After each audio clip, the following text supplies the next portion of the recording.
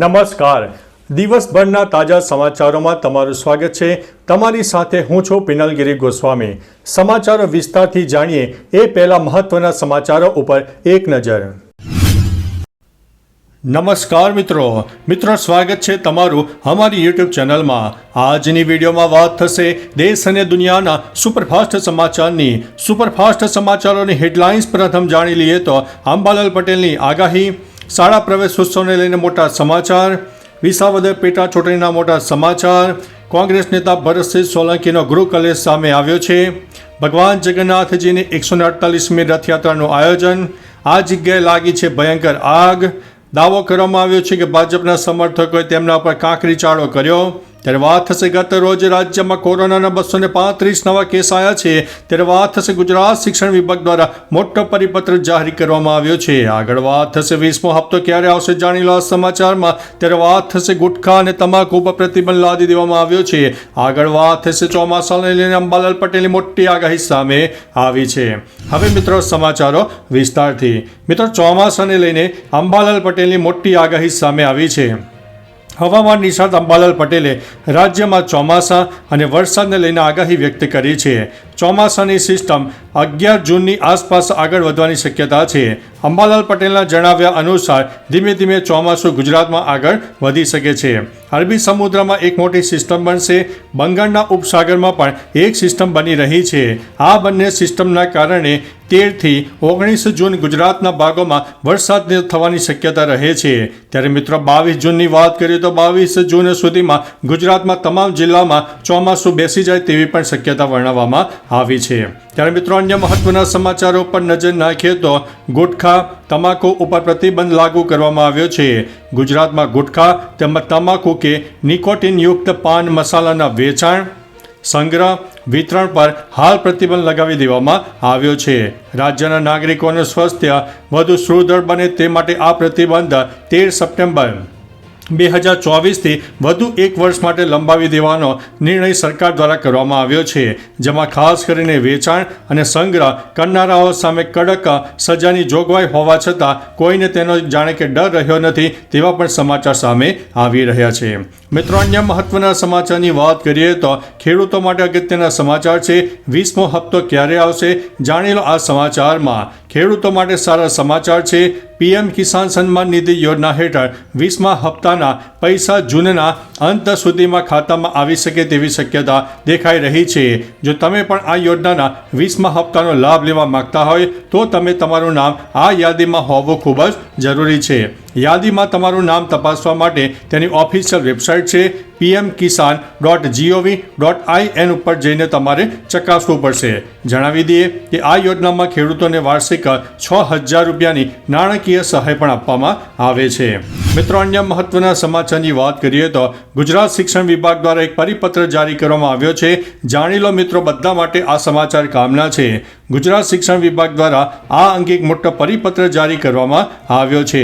તેમાં જણાવવામાં આવ્યું છે કે રાજ્યની તમામ સરકારી પ્રાથમિક અને માધ્યમિક સ્કૂલોમાં બાળક એક સ્કૂલમાંથી બીજી સ્કૂલમાં પ્રવેશ મેળવે તે સમયે તેને જે તે સ્કૂલમાંથી શાળા છોડ્યાનું પ્રમાણપત્ર આપવામાં આવતું હોય છે.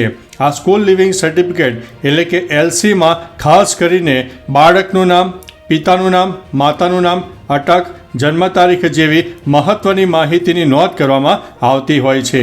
હાલમાં આપાર આઈડીની કામગીરી ચાલી રહી છે, જે અંતર્ગત આધાર કાર્ડ સાથે બાળકોના નામ મેપિંગ કરવાની કામગીરી પણ કરવામાં આવી રહી છે. એટલે કે મિત્રો LCને લઈને મોટા સમાચાર સામે આવી ગયા છે. મિત્રો અન્ય મહત્વના સમાચારની વાત કરીએ તો રાજ્યમાં કોરોનાના કેસ દિવસે ને દિવસે વધી રહ્યા છે. કોરોનાનો નવો આંકડો 235ને પાર થઈ ગયો છે. મિત્રો મહત્વનું છે કે ગત રોજ રાજ્યમાં કોરોનાના 235 નવા કેસ નોંધાયા છે, જેથી એક્ટિવ કેસોની સંખ્યા 1109ની આસપાસ પહોંચી ગઈ છે. હાલ 33 દર્દીઓ હોસ્પિટલમાં દાખલ થયા હોવાના પણ સમાચાર સામે આવી રહ્યા છે. જ્યારે 106 જેટલા દર્દીઓ સાજા થતાં તેમને રજા આપી દેવામાં આવી છે. મિત્રો, અન્ય મહત્વના સમાચારની વાત કરીએ તો આ જગ્યાએ લાગી છે ભયંકર આગ. રાજુલાના હિંડોણા ગામ નજીક એક કારખાનામાં ભીષણ આગ લાગતા અફરાતફરીનો માહોલ સર્જાઈ ગયો. જોતજોતામાં આગે વિકરાળ સ્વરૂપ પણ ધારણ કરી લીધું હતું, જેમાં દૂર દૂર સુધી ધુમાડાના ગોટે ગોટા જોવા મળ્યા હતા. શોર્ટ સર્કિટના કારણે આગ લાગવો હોવાનું પ્રાથમિક અનુમાન લગાવવામાં આવ્યું છે. મિત્રો, અન્ય મહત્વના સમાચારની વાત કરીએ તો ભગવાન જગન્નાથજીની 148મી રથયાત્રાનું આયોજન કરવામાં આવ્યું છે. ભગવાન જગન્નાથજીની 148મી રથયાત્રાની તૈયારીઓ પણ શરૂ થઈ ગઈ છે. ભગવાન જગન્નાથજીની 148મી રથયાત્રાની તૈયારીઓ જોરદાર કરવામાં આવી રહી છે, જેમાં તૈયારીઓના ભાગરૂપે ઝોન 3ની પોલીસ દ્વારા બુલેટ માર્ચ યોજાઈ હતી. ગાયકવાડ હવેલી, કાલુપુર, ખાડિયા શહેરના કોટડા વિસ્તારમાં પોલીસની માર્ચનું આયોજન થયું હતું. 100 બુલેટ પર પોલીસ જવાનોએ રથયાત્રા રૂટ ઉપર પેટ્રોલિંગ પણ કર્યું હતું, જેમાં મહામંડલેશ્વર દિલીપદાસજી મહારાજે માર્ચની શરૂઆત કરાવી હતી. બુલેટ માર્ચમાં મંદિરના ટ્રસ્ટીઓ, પોલીસ અધિકારીઓ પણ હાજર રહ્યા હતા. જમાલપુરથી નીકળીને સમગ્ર રથયાત્રા રૂટ કરીને પેટ્રોલિંગ હાથ ધરવામાં આવ્યું હતું. મિત્રો, અન્ય મહત્વના સમાચારની વાત કરીએ તો કોંગ્રેસ નેતા ભરતસિંહ સોલંકીનો ગૃહ કલેશ ફરીથી સામે આવી રહ્યો છે.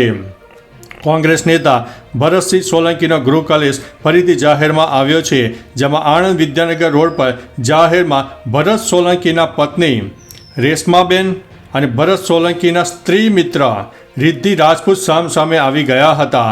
રિદ્ધિ રાજપૂત અને રેશમા પટેલ વચ્ચે જાહેરમાં વાક યુદ્ધ થયા હોવાની પણ ચર્ચાઓએ જોર પકડ્યું છે. મિત્રો, મહત્વનું છે કે લાંબા સમય સુધી બંને વચ્ચે ઉગ્ર બોલાચાલી થઈ હોવાની ઘટના ટોક ઓફ ધી ટાઉન બની છે. મોડી રાત્રે વિદ્યાનગર રોડ પર આઈસ્ક્રીમ પાર્લર બહાર રિદ્ધિ રાજપૂતને રેશમા પટેલે ધમકાવી હોવાની પણ ચર્ચા જોવા મળી છે. અગાઉ પણ ઘરમાં ઘૂસીને રેશમા પટેલે ભરતસિંહ અને રિદ્ધિને માર મારીને આક્રોશ ઠાલવ્યો હતો, જેનો વિડીયો પણ સોશિયલ મીડિયામાં વાયરલ થયા હતા. ફરીથી જાહેરમાં આ બંને સ્ત્રીઓની બોલાચાલી હવે ચર્ચાઓએ જોર પકડ્યું છે. મિત્રો, અન્ય મહત્વના સમાચારની વાત કરીએ તો વિસાવદર પેટા ચૂંટણીને લઈને કોંગ્રેસનો પ્રચાર સામે આવ્યો છે. વિસાવદર પેટા ચૂંટણીને લઈને કોંગ્રેસ પૂરજોશમાં પ્રચાર કરી રહી છે. મોટા કોટડા ગામે અનુસૂચિત જનજાતિનું મહાસંમેલન યોજાશે, જેમાં કોંગ્રેસના નેતા જિગ્નેશ મેવાણી મહાસંમેલનમાં હાજરી આપશે તથા કોંગ્રેસ પ્રદેશ અધ્યક્ષ શક્તિસિંહ ગોહિલ પણ હાજર રહેવાના છે. મિત્રો, અન્ય મહત્વના સમાચારની વાત કરીએ તો શાળા પ્રવેશ ઉત્સવને લઈને સીએમની અધ્યક્ષતામાં બેઠકનું આયોજન. શિક્ષણ મંત્રી શાળા પ્રવેશોત્સવની બેઠકમાં હાજર રહેશે. 18થી 20 જૂન વચ્ચે શાળા પ્રવેશોત્સવની જાહેરાત કરવામાં આવી છે, પરંતુ મોટાભાગના વિસ્તારોમાં આચારસંહિતા લાગુ છે.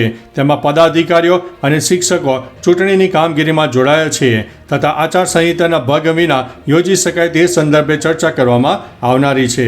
મિત્રો, અન્ય મહત્વના સમાચારની વાત કરીએ તો અંબાલાલ પટેલની વરસાદને લઈને મિત્રો મોટી આગાહી સામે આવી ગઈ છે.